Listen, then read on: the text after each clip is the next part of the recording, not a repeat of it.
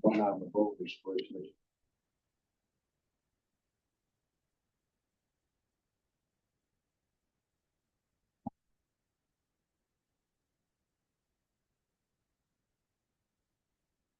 Okay, I'd like to call the Board of Selectmen regular meeting for Tuesday, August 5th, 2025 at 7 p.m. in Town Hall to order at 7:01.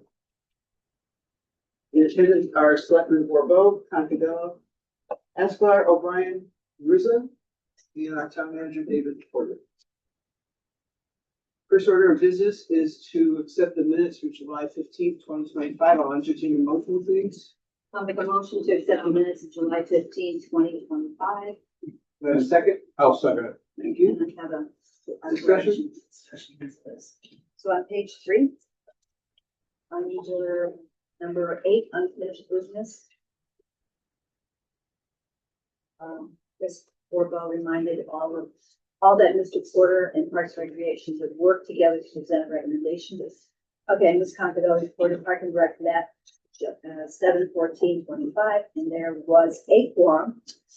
There was a quorum. There were 4 people, but only 4 members were there. We want all 6 members to be there, and we discussed this. And also, Mr. Porter was not able to attend that meeting, so we did not discuss parking stickers.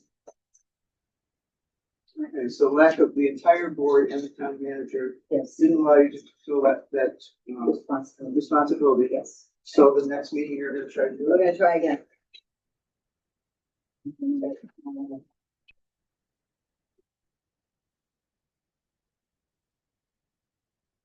Anything else for the rest of you? Hearing none, those voting to accept the minutes as revised for July 15th, 2025's regular meeting, say aye. Aye. Aye. Abstain. One abstention. David, do you have any additions to the agenda? I do not. We did post an amended agenda. Yes. Which you received, so Yep. no further additions. Okay. All right, so.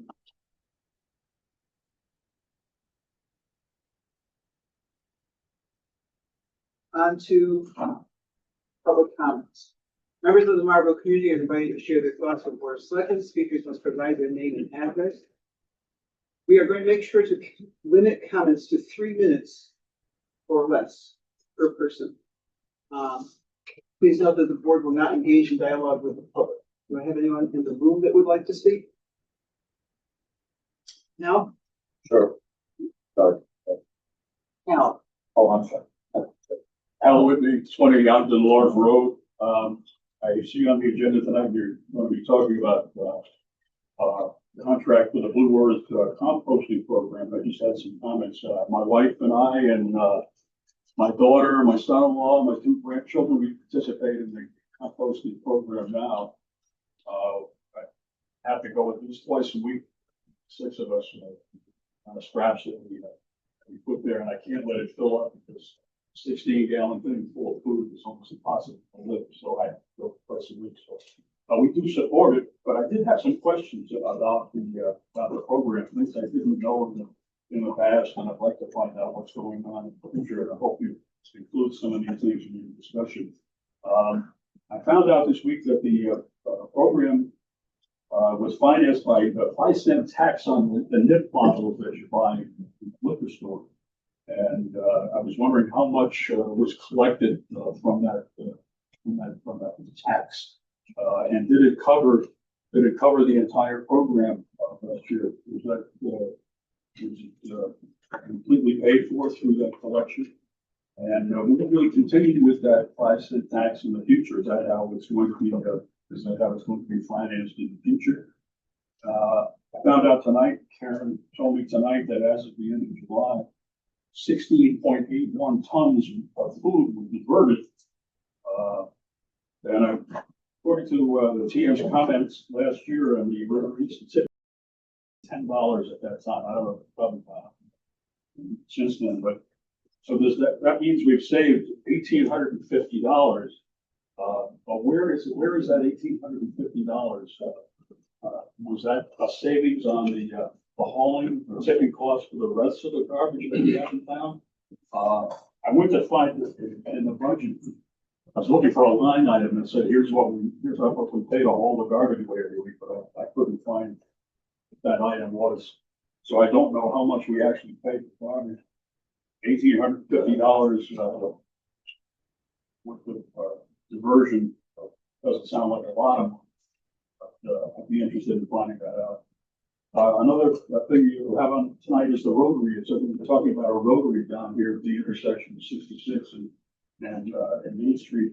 I don't think you should be discussing that or planning on any kind of a rotary until we've repaved and fixed all of Marlboro's roads. That should be a priority, before we start looking to do anything else, especially something like a road. I live, Ogden Lord Road and, take flood every day. And about, that was repaved from South Road to, Ogden Lord Road about maybe 3 or 4 years ago. And then about 2 or 3 years ago, they extended that repaving from, Ogden Lord down to Quinn. But if you look at Flood Road from Quinn to 66 right now, that is, that's a rough and tumble ride down there. So I think, I'm sorry. You're at 3 minutes, but you're at, please. Yeah, I'll wrap it up. So that's something I should look at. And then also South Street from Flood to Garden Lane also is badly in need of some work too. I don't know how it is from, you go south from Garden Lane, you take that route away. I'm not. But I think those kind of roads should be repaved, worked on before we start talking about roads. Thank you. Okay, other comments? Susan? Susan McFarland, Eagle Rock Trail. My question, and hopefully it will come up later in the discussion, in looking through the materials for the meeting in reference to the intersection at 66, it says that the Connecticut DOT has it on the list for 2027. And so that's why this rotary option was brought up. If we know what's the cost between Connecticut DOT and Marlboro for what they're planning versus if we chose to do a rotary instead, just the difference between those two options and what it means for us as taxpayers. Thank you. Other comments? Rob? Yes.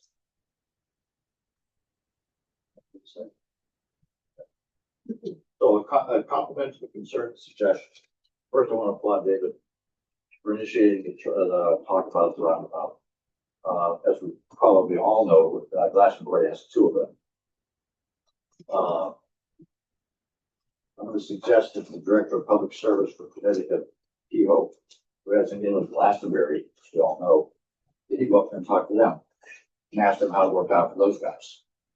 The other thing, okay, so that's the problem. The concern is, again, with the roundabout. Right now, we've got push buttons for people to stop traffic.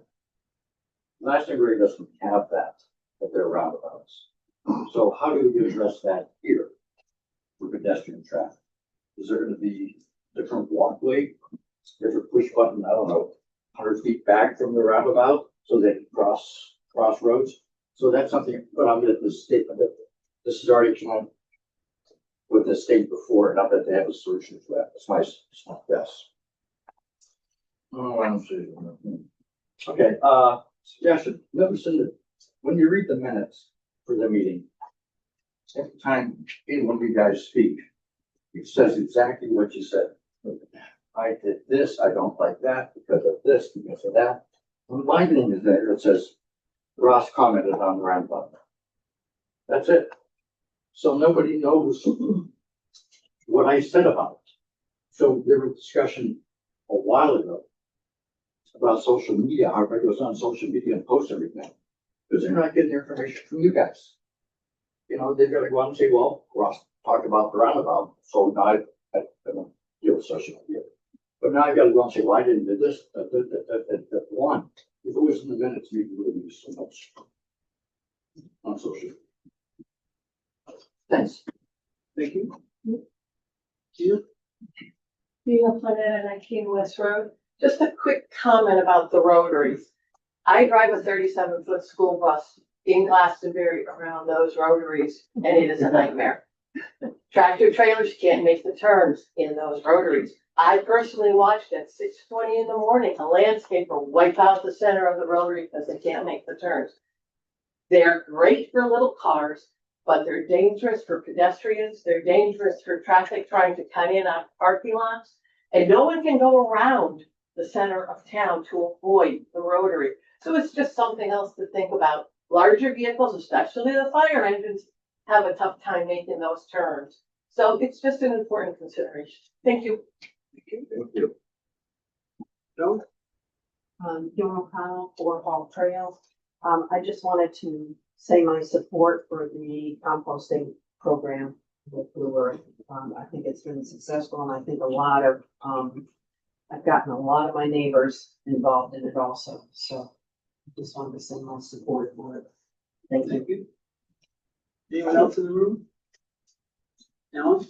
Alan Miller, 205 North Main. I don't know if I can get it all in now. You've allowed other people to talk during your discussions, and I have, being where I am as a property owner on North Main, quite a lot in observing what's going on with the traffic since we tried to put in the,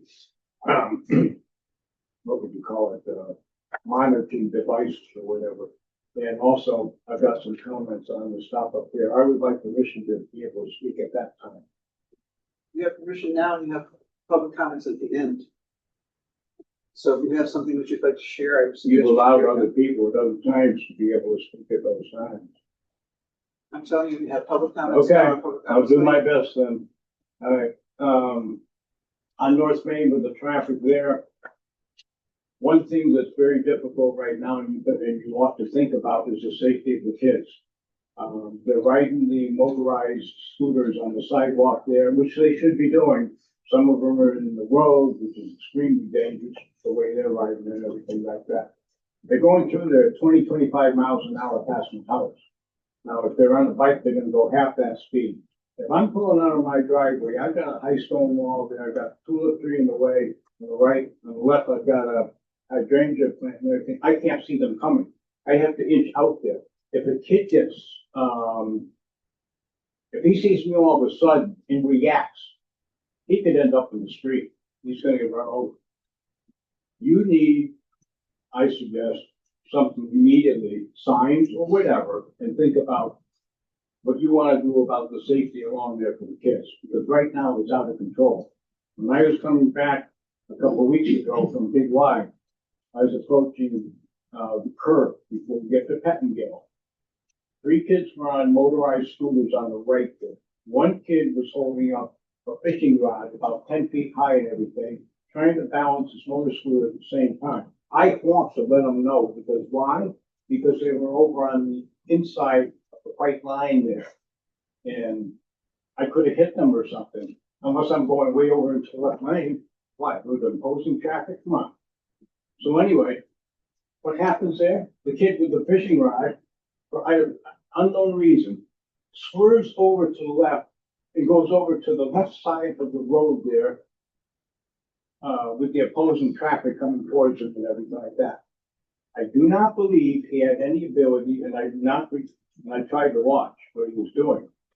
He couldn't control that motor scooter and then look behind him to see what was coming, where I am or anything like that. So then I watched, and the other 2 stayed over on the right there. They did get over a little bit further on the right. I watched in my rearview mirror when I went by. The kid over on the left there, never looked behind him, right back over to the right. You got a problem along there with all these kids. And somebody's gonna get hurt. Now, as for the speeding, yeah, there's something to consider. I've been talking to, Jay Keogh on this. We just had a discussion 2 days ago. And, I told him of an incident here. Once you got that monitoring active and everything, it was July 17th or July 18th. I happened to be going out for my mail or something, so I was able to see it. Jay still had the monitoring device up there, you know, where you can indicate where you can show the speed limit and everything like that. What did I see? 46 miles an hour. What registration did I see? So, what that did, once you got out everything and made people aware, Yes. People I suspect, the ones that don't care about safe driving and everything are not monitoring their driving through their speedometer on their vehicle. When they see that, they're coming up from Chapman, ding, ding, it's registering, and guess what? I see all kinds of brake lights going on and everything. I asked Jay the other day, I said, niece, we put back. He says, I've only got one. It's on Jones Hollow right now. So you might want to think about, what do you want? That slowed down the traffic. I saw, Down here about a minute over, can you wrap up? try. So what I was seeing when that device was active there by Jay, brake lights going on, the people coming up from Chapman and everything like that. People were going 25 miles an hour. They weren't going 30 miles an hour. They're going 20 miles an hour. So you can have extreme safety there. That's a good thing. Versus getting tickets and getting money from them or something like that. Right now, they're going faster. And I sit out there and watch this when I'm trying to get fresh air or something like that. So there's that issue there. I wanted to speak on, okay, you'll be already discussing it, so I won't be able to put any input in on the intersection up there, but I had some things I observed up there too, which would be helpful, I'm sure. Okay, thank you. Do I have anybody else in the room that would like to speak? Hearing none, we'll go on to new business, please. The first thing in your packet is the revised application for boards, commissions, or committees. We had talked about this before. And I told you I would work with Gail and try to come up with something that was a little bit more comprehensive, gives us more information. You notice on the first page, and on the second page, where we list the various boards and commissions. For those that do have alternates, there's a way to indicate whether it's a full seat or an alternate seat that's being applied for. That continues on to the other page as well. Background information, we thought it was important to understand if someone currently sits on the board or commission, which one is it? Or which ones are they? What capacity, full or alternate?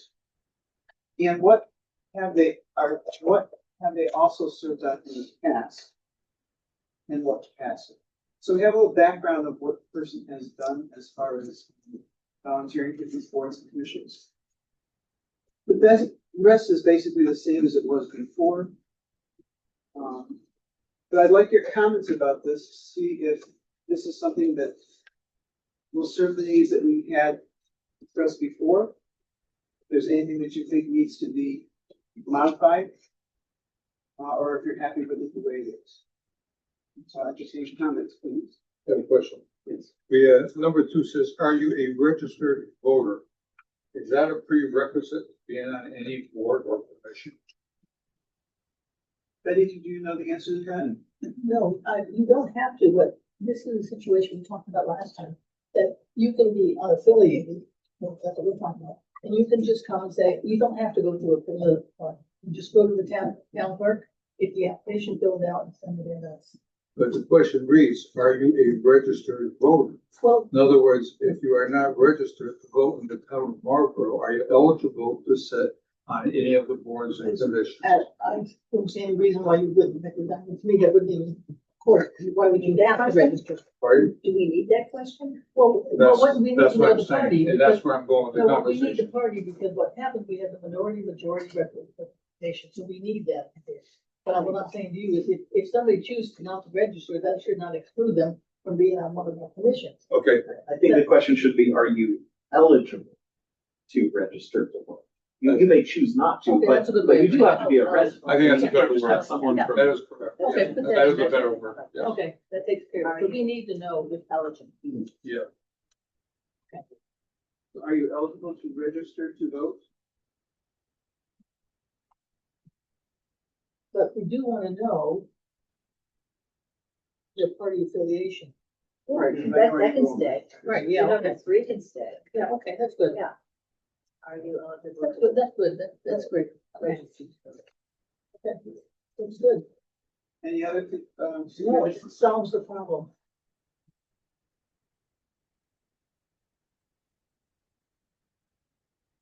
hearing none, I'm gonna make a motion to approve the application, the new application for appointment to boards, commissions, or committees with one, change.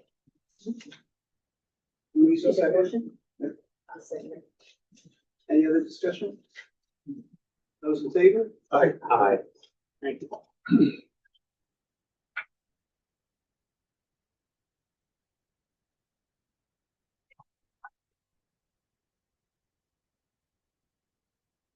The second item of new business is the Blue Earth compost contract renewal. You do have the agreement in front of you.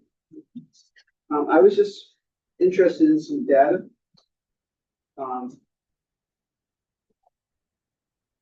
Program was started to try to reduce the amount of garbage that we're sending off because of tipping fees.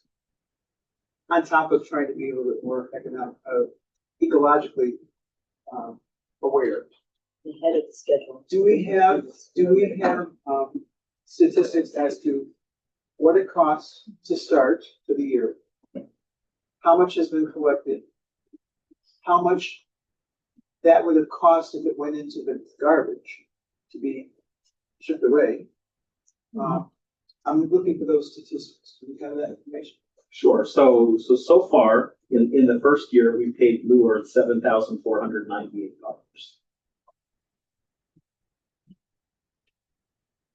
Is that not accurate? That's what, I would have the number specific to the actual collection because there were additional fees with the starter kits that we provided. There were invoices that included additional fees that were outside of the collection. Just for a second, how much money did you say? $7,498.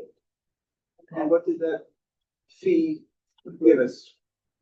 That I believe is the all-in figure. So there may in fact have been some startup costs, And the grant starter funding that kits went and, to first.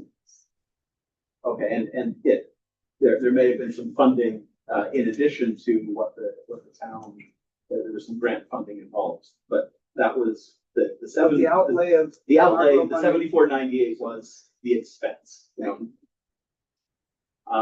With respect to the NIPS fee, which I think is now 10 cents a bottle as opposed to 5.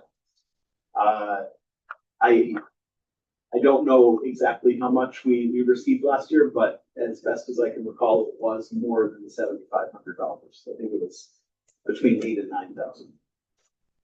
Sorry, did I get something wrong? I had read that it was about 4,100, Okay, but that was not from the state. That was, no, that was in the state. There was an article that ran that was in every community, a Google Doc that's in every community. okay. Great. Then sounds like it was about 41. So we did have to subsidize the cost. Moreover, we took out 16.8 tons ostensibly from the waste stream, although it's unclear if all of that would have ended up at the transfer station, or if there are maybe some people who might have composted at home or done something else. But the tipping fee remains about $110 per ton. I don't think it's gone up in the last 6 or 8 months, although it might soon. That does not include the cost that we incur to truck it to the drop-off station.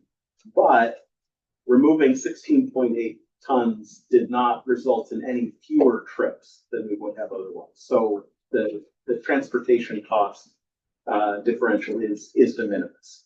So assuming that all of those 16.8 tons otherwise would have ended up in the normal waste stream, then that saved us about $1,850 in tipping. So this is not a moneymaker. It's just the opposite. But it may nonetheless be a good thing to do. Let me just ask a question. When we originally talked about this, if I remember correctly, it was gonna be even. We weren't gonna really have to contribute much if we did, and that's why we were throwing in the NIPS. So I guess what I'm saying is, can you give us an actual figure of what it would cost us? What it is costing us for 1 year? Sure, I mean, I would expect that next year it would be a little bit more than $7,500, if only because the program has become more popular. So in the first few months, we only had, I think, 2 receptacles to collect it. Now we're up to 4 because so many people are bringing material there. So I would expect the cost to increase modestly. Although, just to put this into context, operating the transfer station writ large costs about $300,000 a year. We bring in, revenue for disposal of refrigerators, construction equipment, or not equipment, construction materials of about $20,000. So I don't mean to say that this isn't important. It is, it merits conversation, but the dollar value in the larger transfer station picture is very modest. David, just one comment. Going back to when you started, if I remember correctly, correct me if I'm wrong, the people who were running this were going to be able to, some of the costs we have in there was cost that for those containers. That they were, and we paid for some of them initially.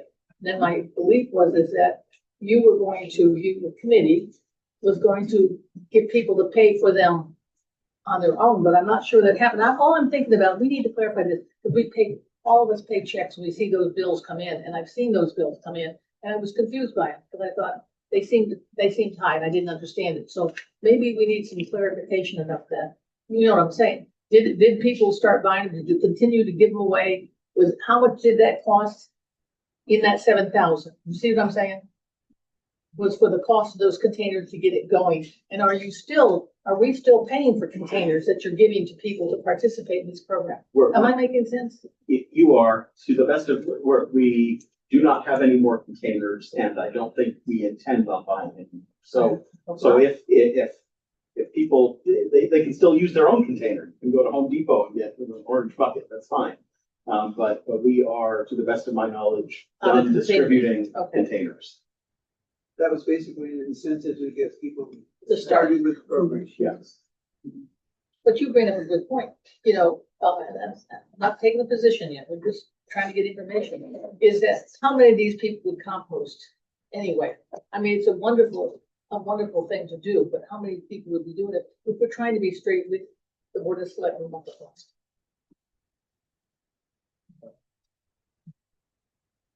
Yeah, I got one question. Sure. Is the program voluntary on the residents?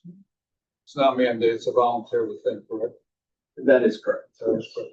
With the commercial restaurants, this the Marlboro Tavern or across the street or the pizza places, if they're not mandated to bring their food, leftover food to here, correct? They're not, and in fact, our commercial properties are not allowed to use the transfer station. Okay. Thank you. I have a point of order. Do I have anybody else on the board that has questions of anything else? Beth, you used to have 2 recycling bins, now you have 4, so it has increased. So more and more people are using it. So, but I guess, okay, let's move forward. One of the things I want to say about this contract, I noticed on the front page when it says compensation, pricing, the contractor will charge $40 per, but how often are they charging that? Is it? It doesn't say. Is it every day? Is it every week? How much is it? So They come every month. every Monday. So once a week they're charging you how much money? $96. $96 once a week. So what I think we're saying is if we continue to participate in this is gonna be about $100 a week. So it's gonna be 5,000. Or so we, It's gonna, so that's the figure we're looking for, I believe, right? Okay, that's the bottom line. And okay. So let me ask this question, then if it's costing us $5,000 a year, we use that for, what benefits do we have from spending the $5,000? Well, it's $5,000. We have about 4,000, maybe even 4,100 that we received from the state for the NIPS collection.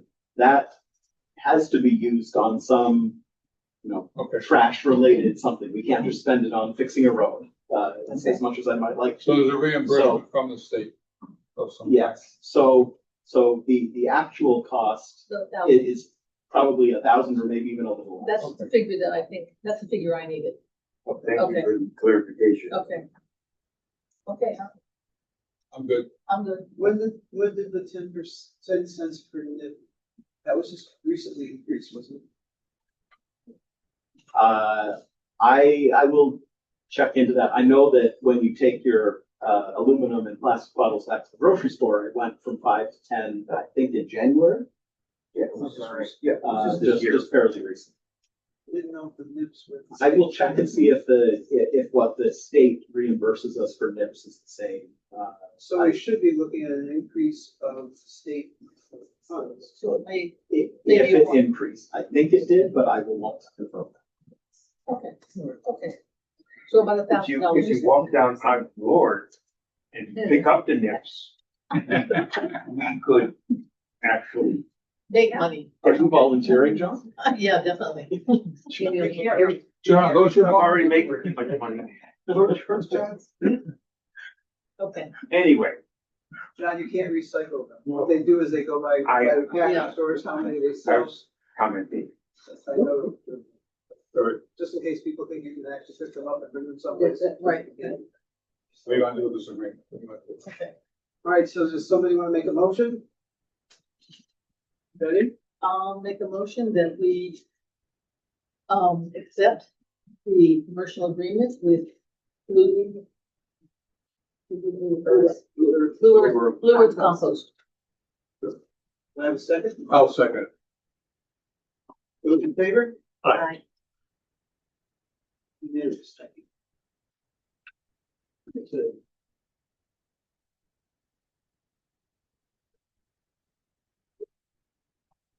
Okay, the third item on new business is discussion of safety and functionality of Route 66 and Main Street intersection. Peter is joining us because we have some visuals. Yes. I'm gonna start. Sure. So, I have observed as a sometime driver in Marlboro, and have also fielded a number of phone calls and emails from people over the last few years who have observed that at certain times of day, the morning and evening rush hour, the intersection here at Route 66 in North Main can and often does get very backed up. Sometimes you have to wait through 2 or even 3 light cycles before you can go. It is an especially acute problem when the exit ramp off of Route 2 backs up. And I hope this doesn't happen terribly often, but sometimes you even have people parked over in the emergency lane, not parked, but waiting in the emergency lane. I also, and again, I did not have the data until I talked with Peter at Krog, but I get an alert on my phone whenever our fire department or ambulance is dispatched. It just very quickly kind of shows me the address or the cross street or whatever, where it's going. And I observed that there are quite a few accidents at that intersection. So fast forward to last week, I get an email from the Connecticut Department of Transportation saying there are 17 intersections all around the state. This one in Marlboro is one of them, and we are beginning the planning process to replace the lights and the pedestrian buttons and signals in 2027. And if you have driven past there recently, you may have seen some state DOT surveyors out there with their equipment taking measurements and doing that. So this is not going to happen for another 2 years, but they are alerting us, which is great that they do that, that they are beginning that process. So I turned around to Peter and to Prague and just said, you know, in my experience, rotaries, which is what I call them since I grew up in New England. I guess some people call them roundabouts. But roundabouts generally really keep traffic moving and are, even though not everyone uniformly likes them, are more efficient than a signalized intersection. So my thinking was, all right, if replacing the traffic signals there is going to cost between $1 and $1.25 million, which is what the DOT estimates to cost, is this might be a good time to start a conversation with the DOT about, do we want this to be a signalized intersection? Or do we want to at least have the conversation and maybe do the traffic study and figure out, would a rotary better serve the needs of Marlboro and the people driving through? What I did not realize was that 6 months ago, and this is a huge compliment to Peter, he was already working with Prague, trying to see if we could squeeze any more efficiency out of that intersection by changing the timers on the lights, adjusting the green and the red to handle the traffic better. And so Prague has been working on it for the last 6 months. They just sent sort of a lot of data and their comprehensive analysis actually the same day that I received the notice from the DOT. And their conclusion was that intersection, in terms of the timing, is as optimized as it's going to get. They cannot make further adjustments to the red and green signals to make it any more efficient. When Peter and I had a conversation last week with them, and I think Peter is handing out some visuals, and he can certainly paint a more detailed picture than I am. But in order to handle the current traffic volumes efficiently, we would need to widen the road. So what Prague is saying, and DOT would need to do. Thank you. Sorry. What Prague is saying, and what DOT very likely would also discover, if and when they do the analysis, is that if this intersection is going to remain signalized with a traffic light, then handling the current traffic flow and potential growth for the next 20 years, which is the timeline that they do when they're planning for something like this, they would want 5 lanes in every direction. That is a huge, wide road, lots of asphalt.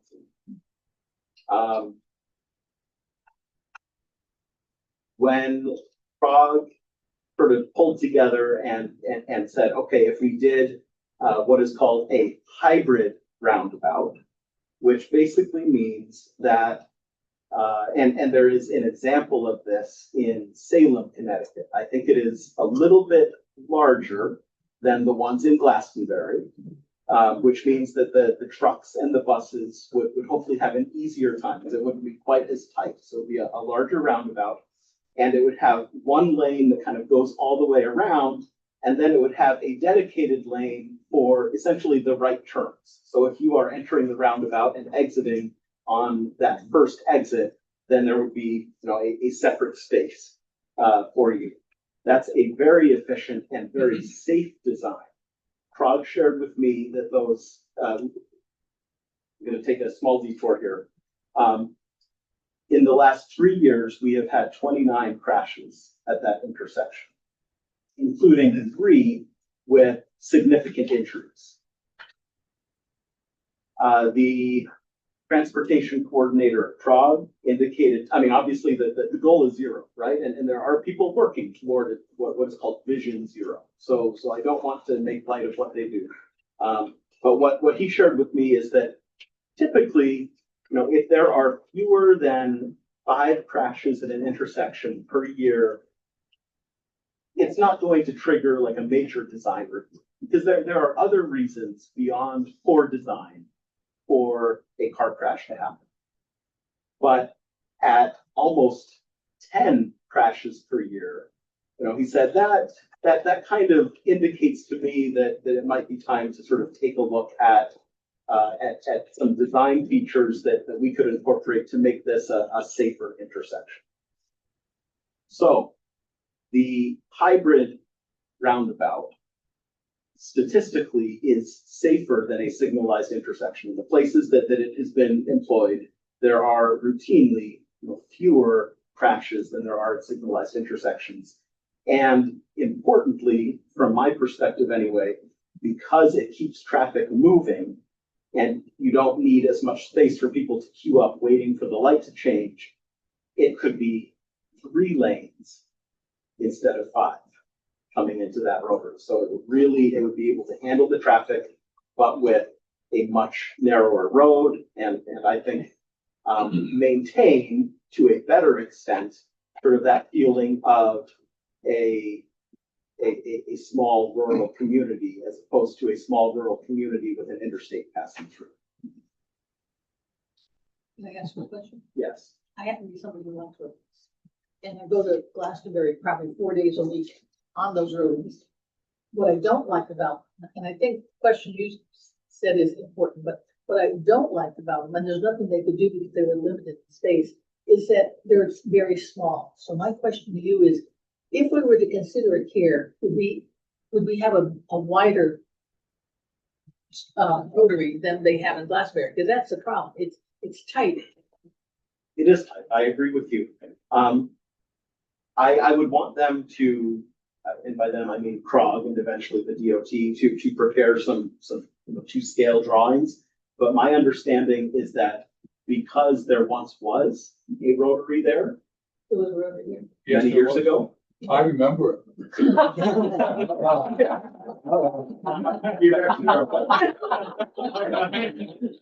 I've been here 50 years. There's one, it hasn't been. Don't you remember? Okay.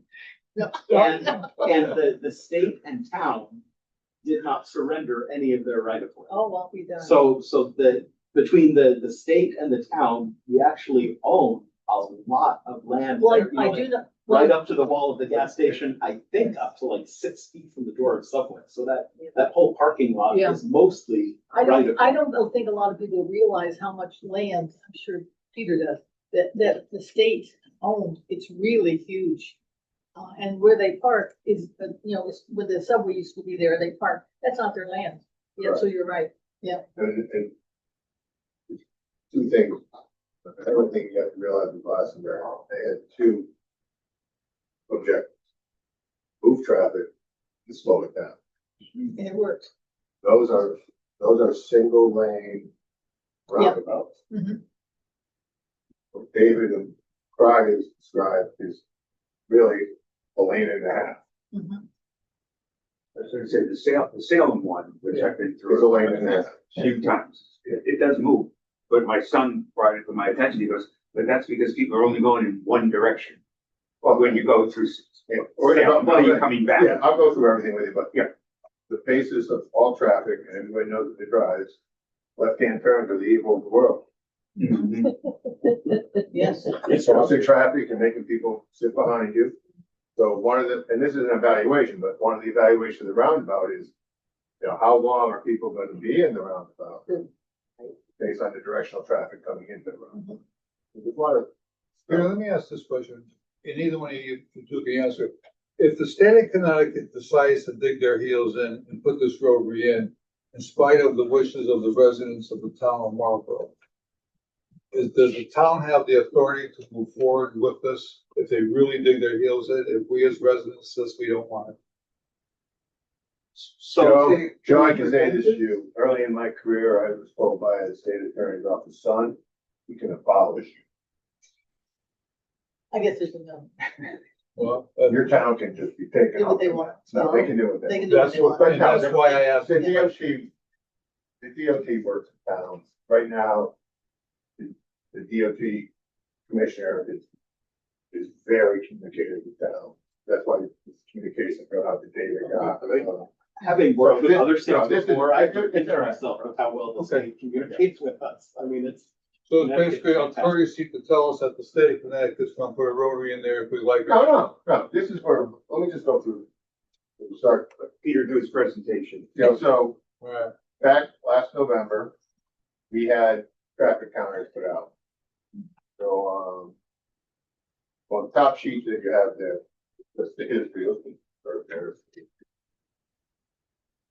So.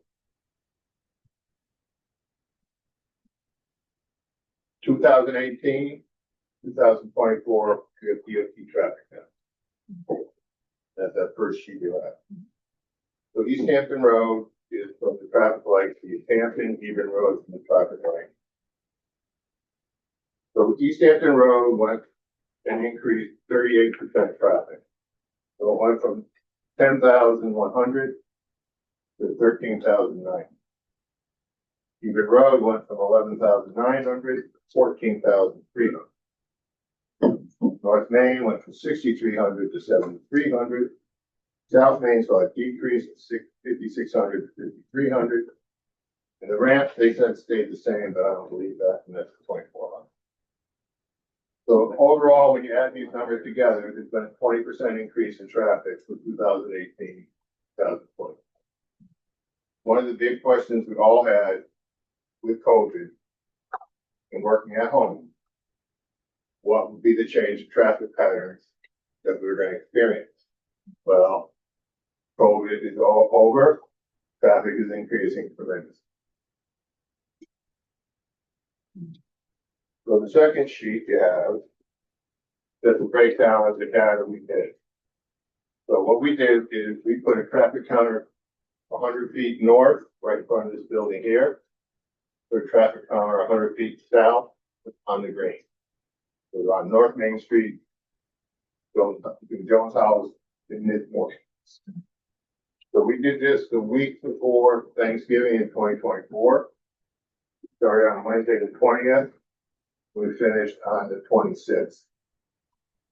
So what we saw as far as traffic on North Main Street south, again, south is from the intersection to the light. We saw 7,357 cars as an average daily traffic. From the intersection towards the lake, 3,540. Differentials coming out of Jones Hollow Road. And they're taking less. 85% of that traffic is taking left. So our number is verified with the DOT 2024 count is with the count we did. You know, the weekend, the numbers drop a little bit. Peak hour flow is 8 o'clock in the morning generally, and the weekend it's 11. Afternoon varies between 3 and 5 o'clock. There's a steady stream on North Main Street crossing, most of the day. And I won't dig into all of that yet, but one of the other things we did is not the traffic count, but they do speed count. So the traffic coming in White and Jones Hollow Road, average speed was 19 miles an hour. Going the other way, 22 miles an hour. And that's because you have queuing during these peak times. 50% to 60% of traffic during the peak rush hours for 3 to 5 and 7 to 9 are going 0 to 15 miles an hour. So you're not moving. We shipped this data, we did this in November, we got it back from Yukon. February, Yukon does this at no cost to the town, so we feed this all over town. But we'll apply for grants. We shipped it off to Prague, and as David said, asked them to look at this light, can we optimize this light to reduce traffic and move it around? Monday, we got an email back from Prague, which is in your package, stating that the light bit optimization, lane, building lanes is the answer. So, in their traffic modeling, and that's what they do. These people are traffic engineers, they're experienced traffic engineers. This is a 5-lane leg intersection at every point. There are 5 travel lanes. Part of the issue is the ramp from exit 13. You have a short queue to that queues back out to the highway. So DOT is going to do something at this intersection because they want people off that highway that are backing out into the breakdown. So there is going to be something done here. This is the ultimate. This right now the intersection is at a level of service E. It's A through F. This 5-lane complete leg takes it to a C. And I get into a B or an A. But that moves traffic. So that is one possible future alternative. The other is to, again, request. The town is not building this. The town isn't saying we're going to go do this tomorrow. We are asking the state of Connecticut, in lieu of this, or as an alternative, or jointly, would you consider this? And let us see what the difference of work with the town, because this is going to happen. There are going to be improvements. See the traffic improve. They're going to project out 20 years of future traffic when they do this project. So those numbers that we've seen go up 20%, they're going to add even further. You're drawing from East Hampton, 13,000 cars a day. There's 7,000 coming this way.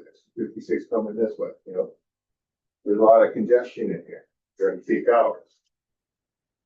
When we had the meeting with CROG, what they said is the state of Connecticut will not build a 2-lane roundabout where you have an interior lane, go through, and another lane.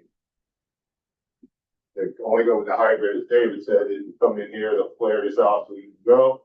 This person's got a control stop, you go around. But the key is, again, left-hand turn. How many people are going to come out and have to stay in the queue to get out? Between that and here, between, North Main Street and East Hampton Road, we probably have 10 or 11,000 cars getting to the highway out of the 19,000 or so cars that are there today.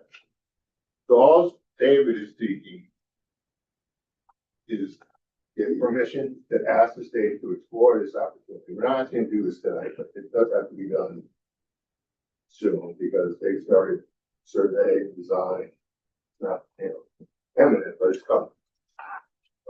And started to work with us because there's going to be something done. This is real. Money being put into it. Traffic is increasing.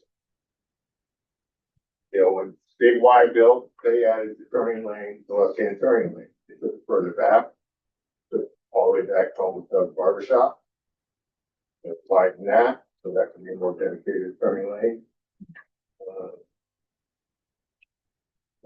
That's what the future of this intersection looks like. Is it going to be this? Or some version of multiple lane? Or can something more this will be done conceptually and works geometry wise? Is it a possible choice to consider? If the state says no, then you have to decide to do something you want to pursue. We could get this funded through a lot of that, but you would have to pay for design. And design would be substantially more than what we usually do because you're gonna have to be traffic engineers in here to figure out the feeding lanes, the turning movements. We're not just designing a road improvement. So, but those are the options. If we pursue it, we do it for lots of it. That's something the board wants to do at that time. But right now, you just have a chance to say to the state, hey, before we go down this road, can we look at this road? And they may just say no. We're not in the top 300 intersections for a roundabout. They get a roundabout evaluation throughout the state. But we are the 58th worst congested intersection in Prague. And again, you have this Route 2 issue that they need to address with that off. Jay was one of those 49 accidents. And it's not just accidents, it's accidents with injuries. And with a roundabout, you're going 15, 20 miles an hour, we bump into each other, nobody going through the windshield, nobody's car getting total. So there are, as David said, safety pluses and minuses. But again, this is not, we're doing this tomorrow, we're not holding it, it's just an opportunity to ask the state to make an examination while they're looking at this intersection. So it's Just like Bill Black did, that's why we got the second lane. They were only gonna put one traffic light. When they put, the light on even have, Bill had to say, hey, put second one, you have 2 ramps. 4-way ramp. So you're saying all this is really saying to the state, look into and give us some choices. Yeah, and it's, we'd like to explore this. Yeah. And this, and let's start the conversation. Yeah. Because something is, something's gonna happen. It's the volume of But we're not traffic. committing to anything. You're looking at this lane, you have an extension to the ramp. For 5 lanes. But you're looking at 4 lanes back to Independence Drive to School Drive. Wow. There's a morning queue between Independence Drive and the crest of the hill past School Drive. And that's what the DOT is gonna look at.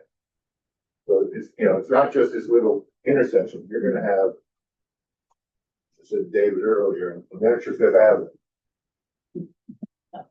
Before. Not so miniature. Yeah. Each lane, the DOT lane is 11 and a half feet. They won't go smaller than 11 feet. So 5 lanes, you're at 58 feet. And then when you add in the striping, each stripe is 4 inches, spaces between the stripe, add another 2 or 3 feet. So you're talking about 62 to 65 feet of pavement Peter, in this scenario.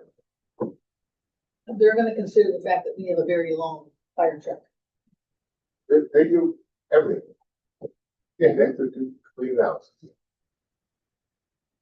I mean, if you look at, okay, Salem is large, I don't know if it would be as large, but I don't know if the traffic volume is 85 and 82. And we got 2 state highways. I do that. Yeah, Yeah, but with the summer peaks up. That's, you got Madison, you got Killingworth. And there's rotaries there, they've made some improvements to those. That's very. But you're not looking at, again, class of grade mid, they're small for 2 reasons. And, the DOT, it doesn't do that. So that's what it's really about, it's just having the ability to explore options, with a lot of information. I have the complete traffic data if you want it, I'll send you the traffic count. If you have any questions you want us to send to Prague, no. In your next meeting, and we'll send it to Prague. It's just, he got notification the same day I got an email with response back from the market, but both happened on Monday, 20th. And Prague urged us to act quickly. That's what they did. It was not your idea. Oh, he likes this. Look at that. Oh, yeah, I know, but it wasn't you that brought it up, Prague did. Oh, he brought it to Prague. He said, is this a possible alternative? They said, yes. And if this is something you want, and Prague is very supportive of roundabouts. They are promoting the construction of roundabouts. Just traffic safety, traffic movement. They're a firm believer in that. Shall we consider taking the 2 weeks before our next meeting to be able to go through this, digest it, come up with any questions we have? So that before the next meeting, we can give those questions to Peter and then have more of a discussion at that meeting. I would like to add to that, yes, I agree, and I think it might give the public time to get in touch with any of us. To say, here's some thoughts on how to share. And we'll put this stuff up on the website. Good. And I'm off on Mondays and Fridays, it's like this happened.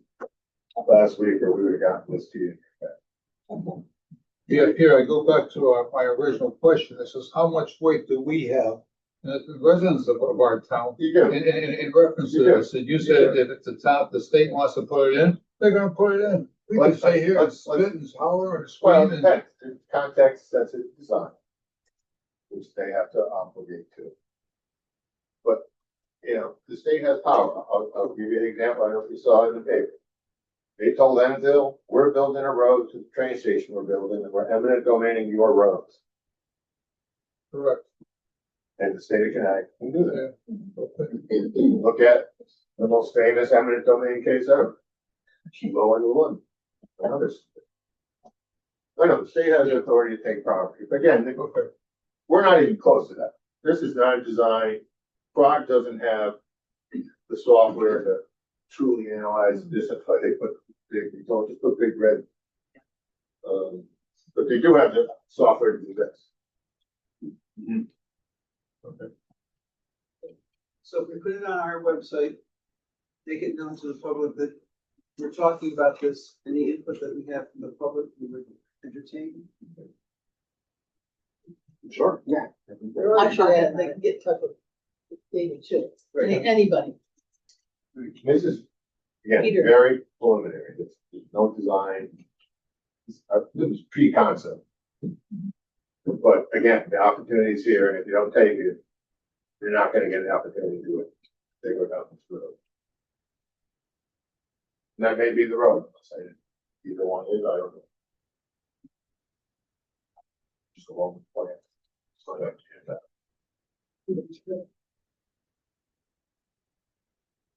There are copies for people. Yeah, true. I'll make that. Whoever missed and watched it, let me know, and we'll take it. I think what happened, yeah, someone else got two of them. Yeah. Anyway, but we have the small ones in our packets. I wanted you to be able to see it. Thank you, Pete. Thank you, Peter. You bring it up.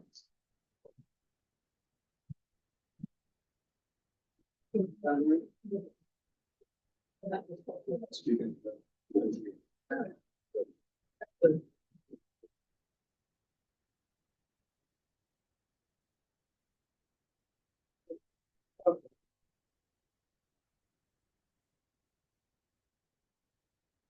All right, we're on to employee resignations and new hires. We do have one seasonal employee. Ava Kelleher, a lifeguard position. The guards that teach swim lessons will be paid an additional $1 per hour during teaching time. We need to make a motion to accept Ava. I'll make a motion to accept Ava Kelleher as the lifeguard for the Parks and Recreation. We have a second. I'll second. Any discussion? Those in favor? Aye.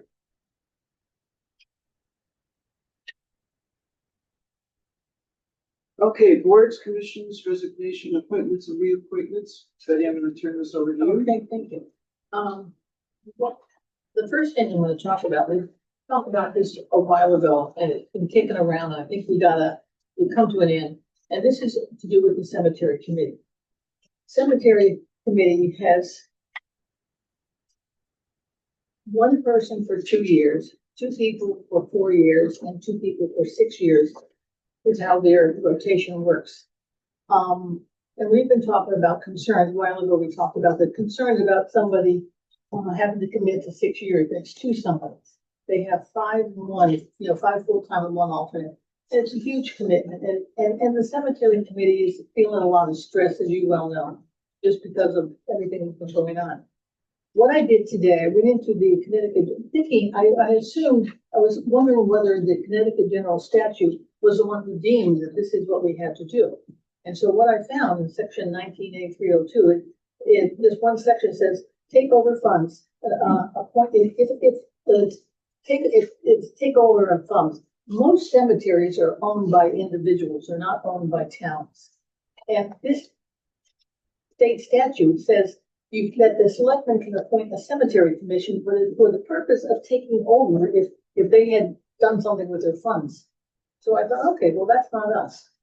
So, I contacted David, so I thought, well, let's find out why it is on our listing that we have here, that the cemetery committee doesn't have any people listed, how many, all the rest of the list, there's, 3, 5, full and 2 so it doesn't. So I called David and I said, you know what, I was under the impression this must be an ordinance. Would you mind looking up and tell me what the ordinance is? And maybe that will help us to move forward. When he looked it up, he said, no, there's no ordinance. He said, but it's in the charter. And of course, I said, so well, when did it go in the charter? Well, it could have been 50 years ago, who knows? But the point is, it's in the charter from a long time ago. It's certainly been there. What can you say, forever, maybe? Well, So- just to clarify, what is in the charter is that there will be a cemetery committee. It is silent as to Terms. whether it's 1 year, 2 years, or 6 years, or Nothing, anything. that's the Says good thing. nothing There's about no terms. term. It does say you will have 5 full and 1 alternate. Right. So the bond, now here we are. What we can do, and this is my suggestion, what we can do, we as a board of selectmen can change those terms. And when we talked a long time ago, we were saying maybe three years is a good idea. I have a better suggestion, I think, and what I would like to suggest is that they would contact the cemetery committee, tell them what we're thinking about, ask them what they think would be, and come back with a recommendation to us. What do you think would be good term limits for your committee? So would you like to, we were thinking 3 years and that, the commitment of 6 years is just, you're worried whether you're gonna live that long, much less, You might die. exactly. She might be a And customer. you're gonna be right with me, so forget it. So anyway, my suggestion is to have David talk to the cemetery committee, and ask them what they're thinking about in terms of, and they'll just give us some general information and come back here and see if we can make a decision about the term limits for the cemetery committee. What did all of these give about? Should they be staggering so that we don't lose? Absolutely, oh, they got. That's what I'm worried about. Oh, They all absolutely. come up at the same time, so they're. Yeah, just like all the rest of them stagger. And you know what, after they come up some suggestions and we vote on it, then we can talk to them about who wants to do what, whether they'll be changing that. So that's my, what do you all think? No, that's good. Do it. That might not be a bad idea to use 2-year terms. I mean, there's a lot of them here on the Yeah, list. somewhere. Like nature trails is 2-year terms. Well, that's what I was thinking, let them decide, let them get back to Yeah, us, yeah, yeah. And it's a really important committee. I sat on a meeting with David, with 2 of the cemetery people. And I have to admit that for the first time, I really could appreciate how some people feel so emotionally attached to the cemetery and to their family. It's a really important committee and it is. Anyway, do we need to? So we don't have to do a public hearing or anything. Nothing like that, no, because it's not, it just comes back to us. Okay, good. Do we need to vote on this or say something, what do you want to do, Dana? What's the next step? I would just say that we're going to, ask our town manager to contact the cemetery committee, propose this idea, ask them for their thoughts, come back to us with their thoughts, and then we can, at that point in time, make a motion. Happy to. Dave, I got one more. Are you our acting sexton now, or are we gonna hire someone? Where do we stand with that? Yeah, so I, in the charter, the town manager can act, on a temporary basis in a whole variety of roles. And so currently I am acting in that role, but I, for the last couple of months have been assisted by a wonderful, summer intern, Zuri. And I think that the cemetery committee is as impressed as I am with the, map and linked record keeping system. I mean, he has really built a tremendous resource to take all of these disparate scraps of paper that we're finding everywhere, in bins in the basement of the senior center and get them all, and it creates kind of one source of truth to help us manage the cemetery better. So he is, unfortunately, he has 1 year of college left. So he will be leaving us soon, but he has agreed on a very, very part-time basis to continue building this resource from afar. So he will work remotely. We'll have Dale scan, the documents that he needs, and then he'll put everything where it needs to go. And then there is a gentleman, and I think it's actually a married couple in Colchester, who serve as sextons for several of the cemeteries in our region. And I'm hoping to meet with them and see if they could be our boots on the ground. That is to say, when there is a burial, and there is, when Missouri is off at school, he's not going to be able to do that. And so they can, on a contract basis, sell plots, assist with burials, do that coordination, and we'll kind of split the job responsibilities in that. Where does our young man go to school? In Canada, Carleton. That's quite a commute. It is, but he and his permanent address is in Marlboro. His parents live here, and he is planning on returning here when he graduates. Wonderful. Okay, thank you. I guess the first question is how often, what's the amount of time, how many burials? So do we have a year? We average about a dozen. Okay, yeah. Okay, Betty, go ahead. Okay, this is just a reminder, we have 3 applications in our packet this time. That's not gonna happen. Those will be posted on Friday in the River East, and we have 30 days. And that would kind of make us addressing those on our September 16th meeting.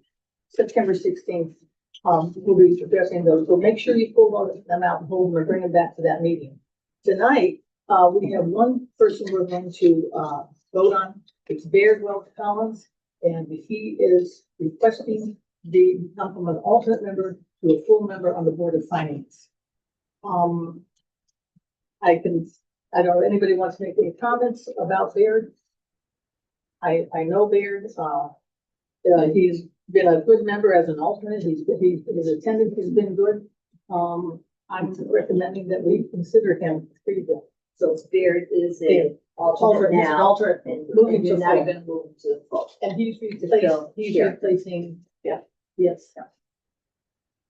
Karen, That's not one of the applications that got removed this morning from my No, list. we've had this before. no, no, Okay, this, Sometimes I have to okay. hold on to that's what I'm saying. Okay, it's been here for a while. Make sure you bring him forward. Thank We're not gonna, Okay. I think okay. you brought him along. All right, so, So you want to make the motion? I'm making a motion that we appoint Baird Welch Collins to a full seat on the Board of Finance. Yeah, I'll second that. Thank you. Any discussion? Those in favor? Aye. Aye. Thank you. And be ready next time we meet? There we go, in effect. Yes, okay, thank you. Good, thank you. Okay. On to unfinished business, number 8, update on automatic traffic enforcement safety devices on Warren Street. All right, so the data that was presented in your packet is from just the first 2 weeks when tickets were actually being sent out. And I was very pleasantly surprised that about 10%, and actually more recently, even less than 10% of the tickets are being issued to vehicles with a Marlboro registration. The overwhelming majority of the people receiving tickets are not from town.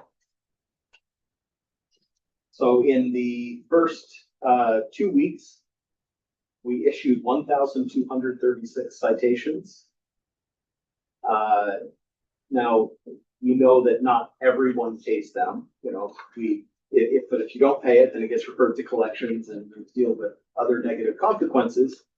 But in talking with the company that provides the software and helps us do this, is that in most places where they operate, collections are somewhere between 60 and 100%, depending on the community.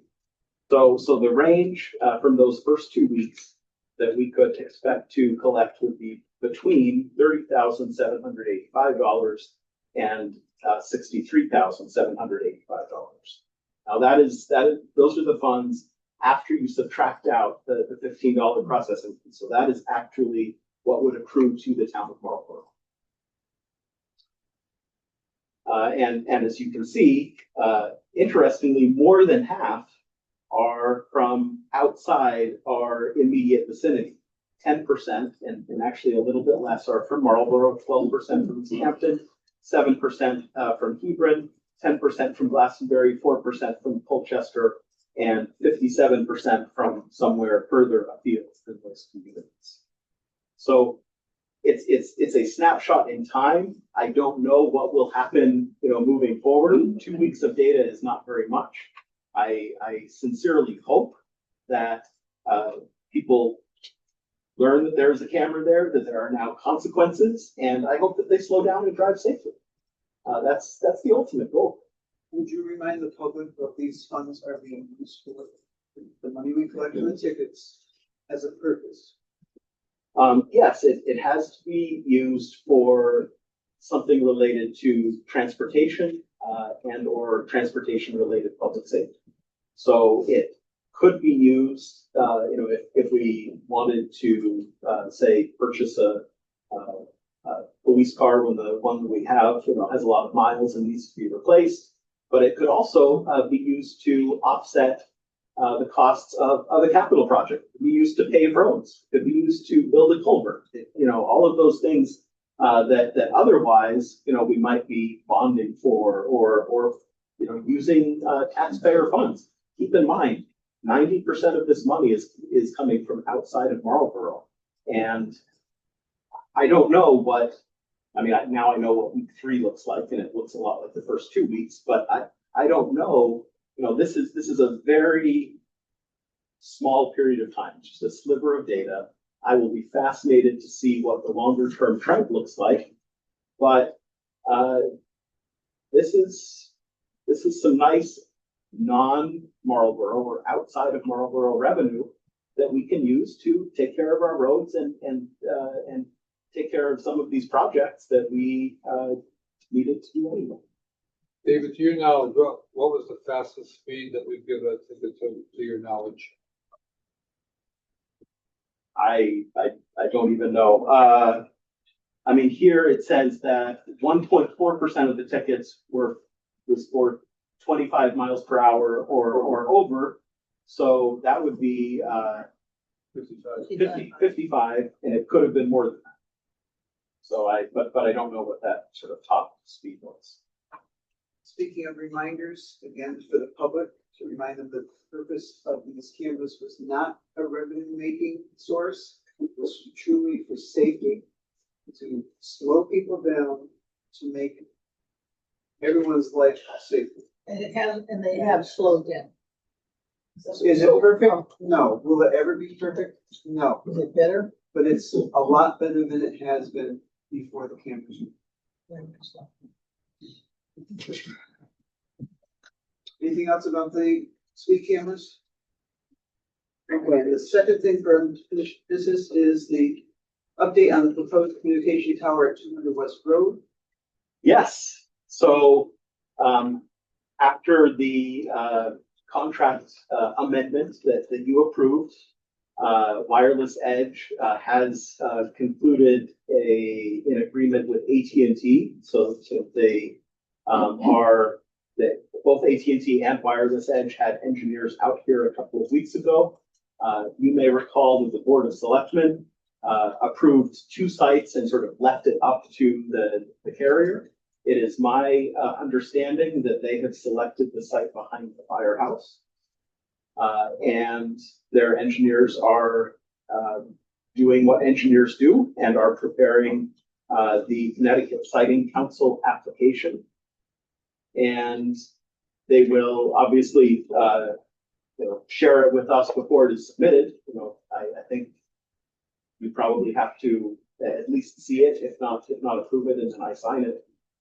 And then I don't have a lot of experience doing this in Connecticut, but my understanding is that from the time that the application is submitted, which has not yet happened, but from when the application is done and submitted, the Siting Council does a very thorough review, and they will come out and do a public hearing, but doing all of the work that they need to do typically takes 12 to 15 months from the time that they receive the application. So we're still a year and a half out, and I don't know of anything, any lever that I can pull, any influence that I have to speed that up.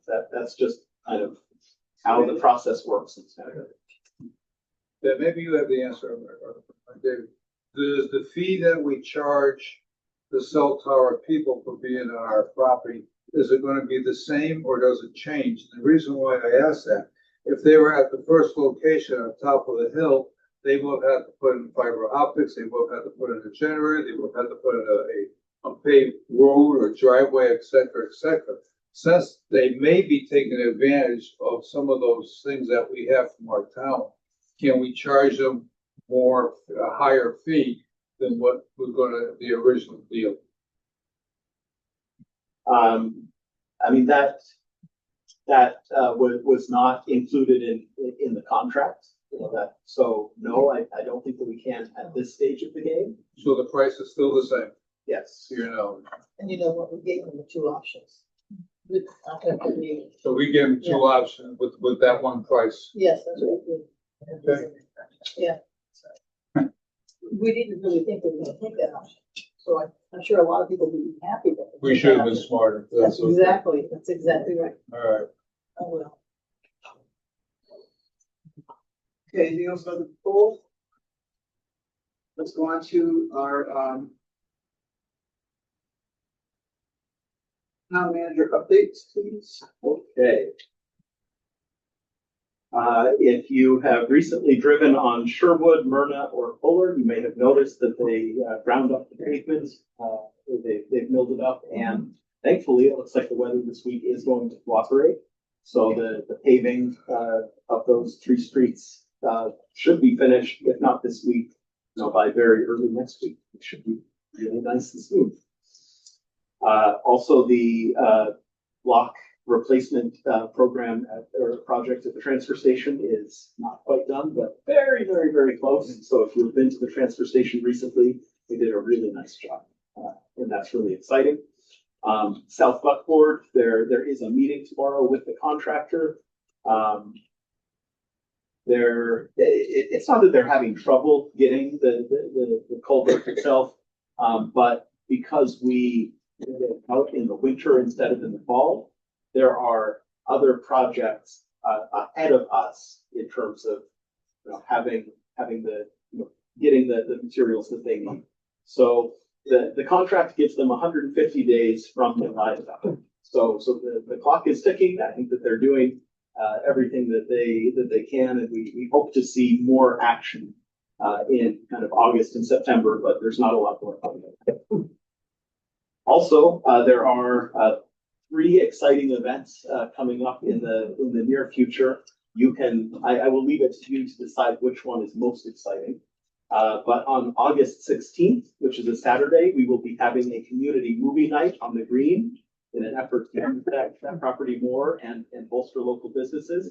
It will be a family-friendly movie, so bring your kids, grandkids, friends, anyone. The movie is Inside Out 2, and we will be renting a giant screen and sound system, and it should be just a wonderful time sitting outside with your friends and neighbors. I mean, it will be at dusk. It has to be dark enough for the projector. So with that, Is getting is getting, so, I'll try and look at, you know, when the sunset is that day, and we'll advertise it as such, but the only requirement is that it has to be dark enough for the projector to see it. Marlboro Day is August 24th. I look forward to seeing everyone there in the Board of Selectmen table tent. And then we have in all boards meetings scheduled for September 3rd. So please put that on your calendar, September 3rd. Oh, I'm sorry. Update. Yeah, the all boards meeting on the 30th will be at the senior center, doing at 6:30. Letters should be going out to all the board chairs, board commission chairs. Yeah, we have time. Good, okay. We're asking that someone from each board commission show, or if somebody can't, that someone writes us a document that tells us what they've been doing and what they're working on, so we can update everybody.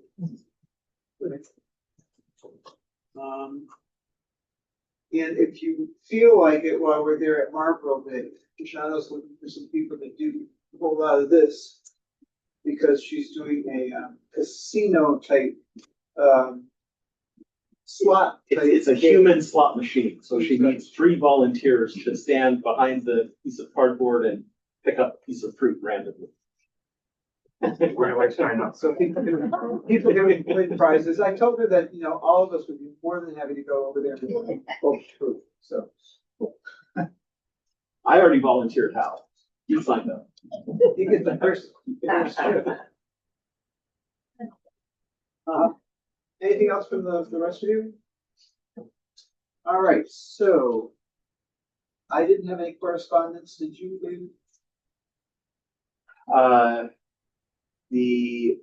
The only thing that arrived today, and I will send it to you, was from the Chatham Health District that a mosquito in East Hampton tested positive for the West Nile virus. Apparently this happens every year, or it has happened every year for the last X number of years. I don't think that that it's necessarily a crisis, just you know, as you and your family members and loved ones go outside, please just remember the repellent. At some point in time, we can find out from Chatham Health if they're doing a COVID and or flu vaccine clinic to small. I can ask. Yes. Yes. Okay, we're up to public comments. You know the drill. Anyone would like to speak? Alan? Alan again, first off, pertaining to the money that you made from the citations and everything, I'd like to suggest that you use that to purchase another monitor for JT over there. He only has one, and right now it's out in Jones Hollow, and that's why it's not to the right, to the left of my property. And that does help keep the traffic down, as I mentioned earlier. Second thing, as to the intersection up here, I'm all for the roundabout, not the big one, not this idiot thing. We're in 5 lanes with an intersection. All that's doing is increasing the intersection we have now, which is a problem. And why is it a problem? Give you an example. I was going to Big Y one time, and I'm in the right-hand lane, and I'm stopped about the exit where you come out of the gas station on the North Main. Well, you know darn well there's 6 or 7 cars ahead of me or something like that. Left lane is completely free. Car comes up, nobody in front. Yellow, red, at least 4 cars in front able to stop and everything. No care in the world. Goes right through, makes a left down to, guess what? Coming back from the Big Y, the other side and everything like that, same thing. Somebody went on the left, went down towards East Hampton. They're going right through the stoplights. It doesn't matter. We live in a society right now that so many people do not care about anybody else but themselves, and they're going to do this. So that's what I'm saying. Roundabout is a good solution. Something like what they have down in Salem.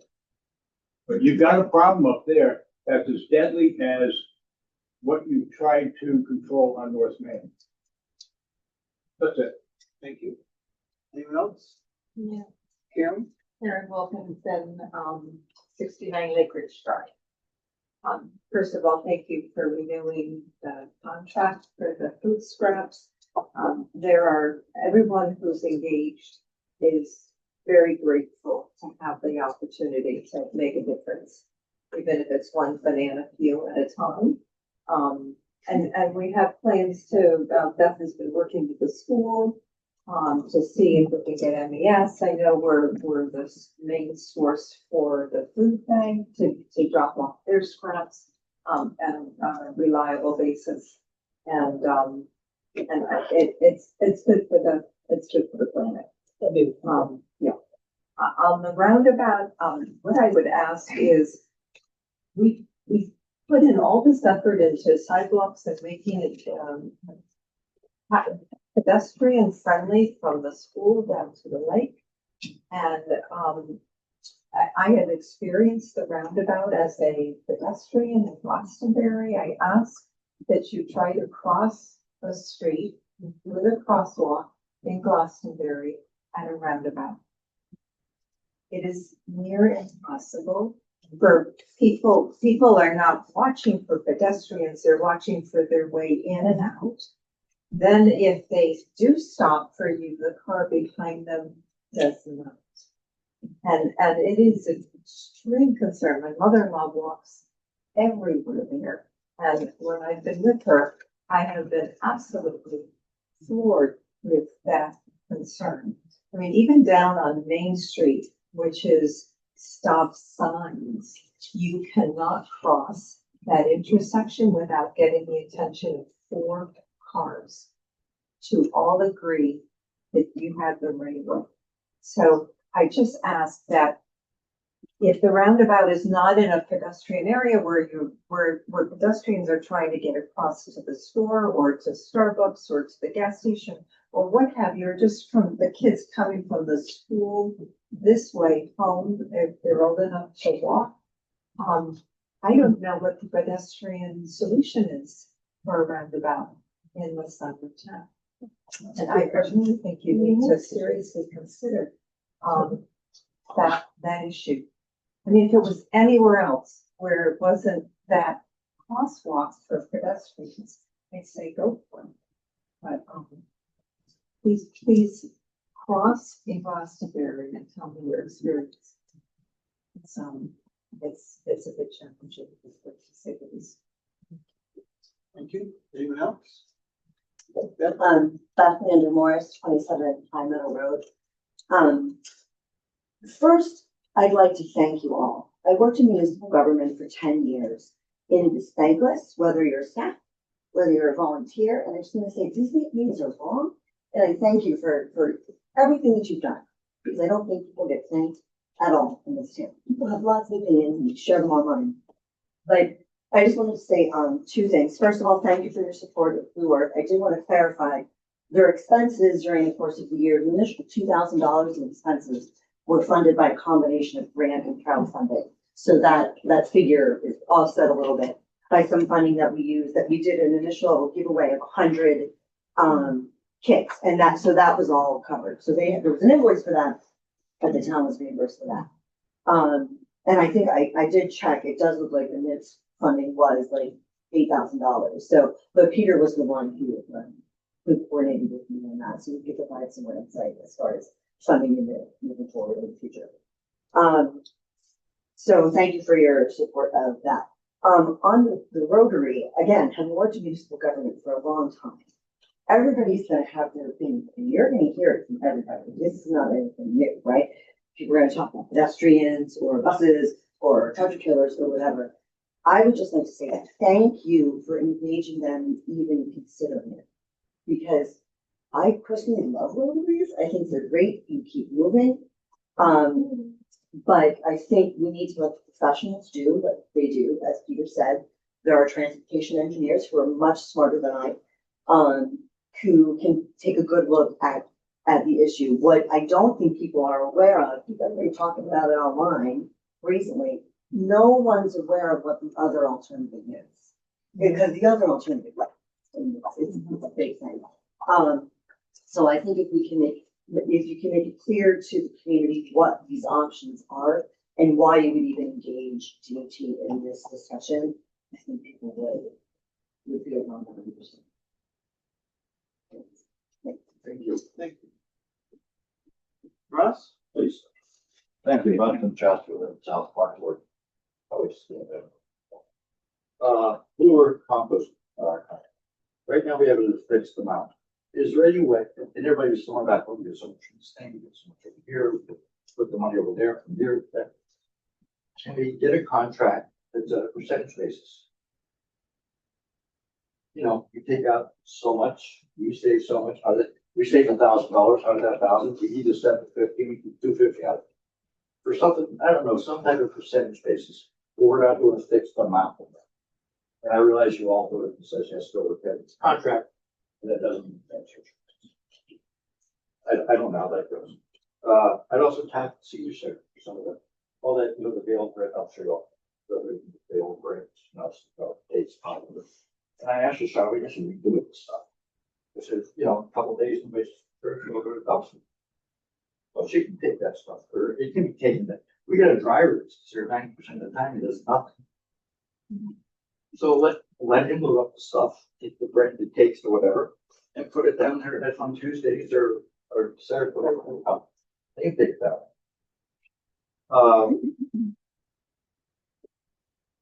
Cell tower.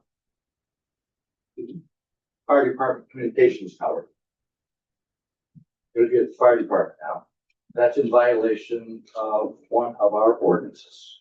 Talked to Peter about that. Peter, about 3 years ago, Peter wrote an ordinance that says you can't put it to 360 feet of the athletic field. That's because they were trying to push it out behind the cemetery, which gave you 350, 60 feet away from the athletic field. So he's gonna have to rewrite the ordinance, or you guys have to vote on getting rid of it or something. I don't know. We did that with that, so. I don't remember it. I get the ordinance number else in it. You also talked about doing the movies down there. You gotta wait till dark. Well, you know, a lot of times kids, parents want that, so on and so forth. I don't know. I don't know what the costs are of that. I used to go every Sunday. I would go down and watch the Formula One race at the Farmington Polo Grounds, and it was on Sunday morning. Bright sunny skies. They had a tractor trailer that would pull up inside the tractor trailer, go, and it'd be a big screen. It was like a big, huge friggin' TV screen, the size of the tractor trailer, literally. And they would be showing the movie or showing the broadcast of the Formula One race right then and there. 10 o'clock in the morning, right somewhere like that. So I don't know what the cost difference would be, but that may be another option. I'm not even sure you would find out that option. Obviously, there was a sort of part of government program or something. Okay. Thank you. You want? Anybody else? Anyone on Zoom that has a public comment?